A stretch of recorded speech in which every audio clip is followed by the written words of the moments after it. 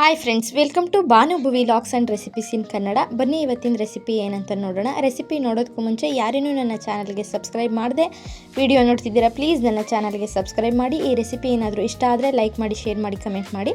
ಇವತ್ತಿನ ರೆಸಿಪಿ ಬಂದು ಮಟನ್ ಬಿರಿಯಾನಿ. ಅರ್ಧ kg ಮಟನ್ ತೊಗೊಂಡಿದ್ದೀನಿ. ನೀಟಾಗಿ ವಾಶ್ ಮಾಡಿ ಒಂದು ಕುಕ್ಕರ್ಗೆ ಹಾಕಿ ಅರಿಶಿನ ಪುಡಿ ಮತ್ತು ಉಪ್ಪು ಹಾಕಿ 4 ವಿಸಲ್ ತೊಗೊಳ್ಳೋಣ. ಮಟನ್ ಮೇಲೆ ಡಿಪೆಂಡ್ ಆಗುತ್ತೆ ನಾವು ವಿಸಲ್ ಕೂಗ್ಸೋದು. ಸ್ವಲ್ಪ ಬಲ್ತಿತ್ತು, ಸೊ ಅದರಿಂದ 4 ವಿಸಲ್ ತೊಗೊಂಡಿದ್ದೀನಿ.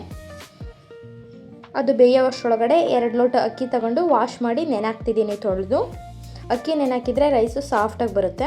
ಅಷ್ಟರೊಳಗಡೆ ಒಗ್ಗರಣೆ ಬೇಕಾಗಿರೋಂಥ ಇಂಗ್ರೀಡಿಯೆಂಟ್ಸ್ಗಳು ನೋಡ್ಕೊಳ್ಳೋಣ. 2 ಈರುಳ್ಳಿ, ಅರ್ಧ ಸಾಂಬಾರು ಸೊಪ್ಪು, ಅರ್ಧ ಪುದೀನ, 2 ಟೊಮೊಟೊ,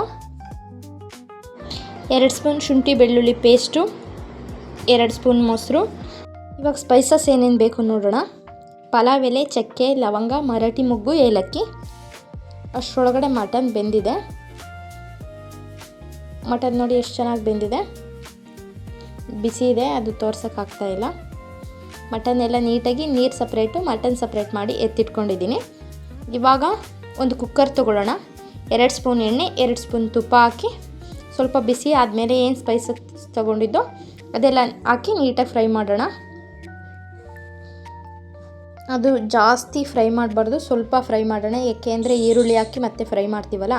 ಇವಾಗ ಈರುಳ್ಳಿ ಹಾಕಿ ಈರುಳ್ಳಿ ಬ್ರೌನ್ ಕಲರ್ ಬರೋ ತನಕ ಫ್ಲೇಮ್ ಕಡಿಮೆನೇ ಇಟ್ಟು ನಿಧಾನಕ್ಕೆ ಫ್ರೈ ಮಾಡಬೇಕು. ಈರುಳ್ಳಿ ಜಾಸ್ತಿ ಸೀದ್ರೆ ಕೂಡ ಟೇಸ್ಟು ಚೆನ್ನಾಗಿರಲ್ಲ. ಸ್ವಲ್ಪ ಕಲರ್ ಚೇಂಜ್ ಆಗೋ ತನಕ ಫ್ರೈ ಮಾಡೋಣ. 2 ಹಸಿರು ಮೆಣಸಿನ್ಕಾಯಿ ಮಧ್ಯಕ್ಕೆ ಭಾಗ ಮಾಡಿ ಹಾಕ್ತಿದ್ದೀನಿ. ನಾನು ಯಾವುದೇ ರೀತಿ ರುಬ್ಬೋದಕ್ಕೆ ಮೆಣಸಿನ್ಕಾಯಿ ತೊಗೊಂಡಿಲ್ಲ. 2 ಸ್ಪೂನ್ ಶುಂಠಿ ಬೆಳ್ಳುಳ್ಳಿ ಪೇಸ್ಟು, ಪುದೀನ ಮತ್ತು ಸಾಂಬಾರು ಸೊಪ್ಪು, ಟೊಮೊಟೊ ಎಲ್ಲನೂ ಇವಾಗಲೇ ಹಾಕಿ ಫ್ರೈ ಮಾಡ್ತಿದ್ದೀನಿ ನೀಟಾಗಿ ಹಸಿ ಸ್ಮೆಲ್ ಹೋಗೋ ತನಕ. ಸ್ವಲ್ಪ ಉಪ್ಪು ಹಾಕ್ತಿದ್ದೀನಿ, ಬೇಗ ಬೇಯಲಿ ಟೊಮೊಟೊ ಅನ್ನೋದಕ್ಕೋಸ್ಕರ. ನೀಟಾಗಿ ಫ್ರೈ ಮಾಡಿ 2 ಸ್ಪೂನ್ ಮೊಸರು ಏನಿತ್ತು ಈ ಟೈಮಲ್ಲೇ ಹಾಕೋಣ. ಚೆನ್ನಾಗೆಲ್ಲ ಮಿಕ್ಸ್ ಮಾಡೋಣ. ಇವಾಗ ಖಾರದ ಪುಡಿ ಹಾಕ್ತಿದ್ದೀನಿ, 1.5 ಸ್ಪೂನಷ್ಟು ಅಚ್ಚ ಖಾರದ ಪುಡಿ. ನಾನು ಯಾವುದೇ ರೀತಿ ಗರಂ ಮಸಾಲ ಏನು ಕೂಡ ಯೂಸ್ ಮಾಡಿಲ್ಲ. ಬಿರಿಯಾನಿ ಪೌಡ್ರು 2 ಸ್ಪೂನಷ್ಟು ಹಾಕ್ತಿದ್ದೀನಿ. ಬಿರಿಯಾನಿ ಪೌಡ್ರಲ್ಲೇ ಉಪ್ಪು ಖಾರ ಎಲ್ಲ ಇರುತ್ತೆ, ಅದರಿಂದ ಉಪ್ಪು ಖಾರ ಸ್ವಲ್ಪ ಕಡಿಮೆನೇ ಹಾಕೊಳ್ಳೋಣ. ಬಿರಿಯಾನಿ ಪೌಡ್ರ್ ಹಾಕಿದ್ಮೇಲೆ ಸ್ವಲ್ಪ ಉಪ್ಪು ಖಾರ ಜಾಸ್ತಿ ಆಗೋ ಚಾನ್ಸಸ್ ಇದೆ. ಇವಾಗ ಏನು ಮಟನ್ ಸಪ್ರೇಟ್ ಮಾಡಿ ಇಟ್ಕೊಂಡಿದ್ದೋ ಅದು ಹಾಕಿ ನೀಟಾಗಿ ಮಿಕ್ಸ್ ಮಾಡೋಣ. ಈರುಳ್ಳಿ ಫ್ರೈ ಮಾಡಿದ್ರಿಂದ ಆ ರೀತಿ ಆಗಿದೆ ಅದು ಕಲರು. ಮೊಸರು ಹಾಕಿದ ತಕ್ಷಣ ಎಲ್ಲ ನೀಟಾಗಿ ಇದಾಗುತ್ತೆ.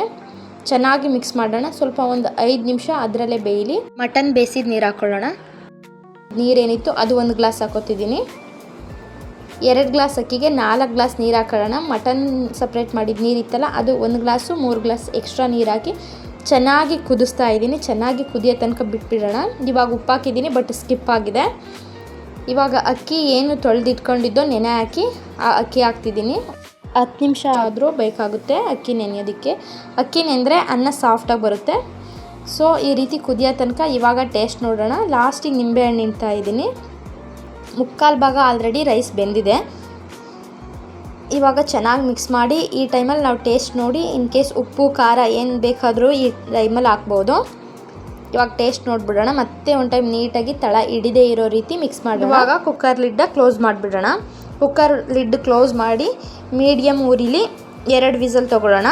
ನೋಡಿ ವಿಸಲ್ ಏರೆಲ್ಲ ಹೋಗಿದೆ. ಬನ್ನಿ ನೋಡಿ ಯಾವ ರೀತಿ ಆಗಿದೆ ನೋಡೋಣ. ನೋಡಿ ಏನು ಸಕ್ಕತ್ತಾಗೈತೆ. ಯಾವುದೇ ರೀತಿ ಅನ್ನ ಮೆತ್ತಗಾಗಿಲ್ಲ. ಮಟನ್ ಕೂಡ ತುಂಬ ಸಾಫ್ಟಾಗಿ ಬೆಂದಿದೆ. ಅನ್ನನೂ ಕೂಡ ನಮ್ಗೆ ಯಾವ ರೀತಿ ಬೇಕು ಉದುದ್ರಾಗಿ ಆ ರೀತಿ ಬೆಂದಿದೆ.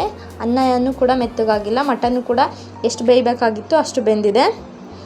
ನೀಟಾಗಿ ಮಿಕ್ಸ್ ಮಾಡೋಣ. ಬಿಸಿಲಿ ರೈಸ್ ಜಾಸ್ತಿ ನಾವು ಮಿಕ್ಸ್ ಮಾಡಬೇಕು ಅಂತ ಎಲ್ಲ ಮಸಾಲೆ ಎಲ್ಲ ಹೊಂದಲಿ ಅಂತ ಮಿಕ್ಸ್ ಮಾಡೋಕ್ಕೆ ಹೋದರೆ ಅನ್ನ ಬಿಸಿ ಇರುತ್ತಲ್ಲ, ಸೊ ಮುದ್ದೆ ಥರ ಆಗುತ್ತೆ. ಸ್ವಲ್ಪ ಆರಿದ ಮೇಲೆ ನೀಟಾಗಿ ಮಿಕ್ಸ್ ಮಾಡ್ಕೊಳ್ಳೋಣ. ನೋಡಿ ನಾನೆಲ್ಲ ಮಿಕ್ಸ್ ಮಾಡ್ತಿದ್ದೀನಿ. ನೀವು ಇದ್ರ ಜೊತೆ ಕಾಂಬಿನೇಷನ್ ಅಂದರೆ ಮೊಸರು ಗೊಜ್ಜು ಅಥವಾ ಗ್ರೇವಿ ನಿಮಗೆ ಯಾವ್ದು ಇಷ್ಟ ಆಗುತ್ತೆ ಅದನ್ನು ಮಾಡ್ಕೊಂಡು ತಿನ್ಬೋದು. ನಾನು ಇದಕ್ಕೆ ಮೊಸರು ಗೊಜ್ಜು ಮತ್ತು ಗ್ರೇವಿ 2 ಕೂಡ ಮಾಡಿದೆ. ಟೇಸ್ಟ್ ತುಂಬಾ ಚೆನ್ನಾಗಿತ್ತು. ಈ ರೆಸಿಪಿ ಖಂಡಿತ ನಿಮಗೆ ಇಷ್ಟ ಆಗಿದೆ ಅಂತ ಅಂದ್ಕೋತೀನಿ.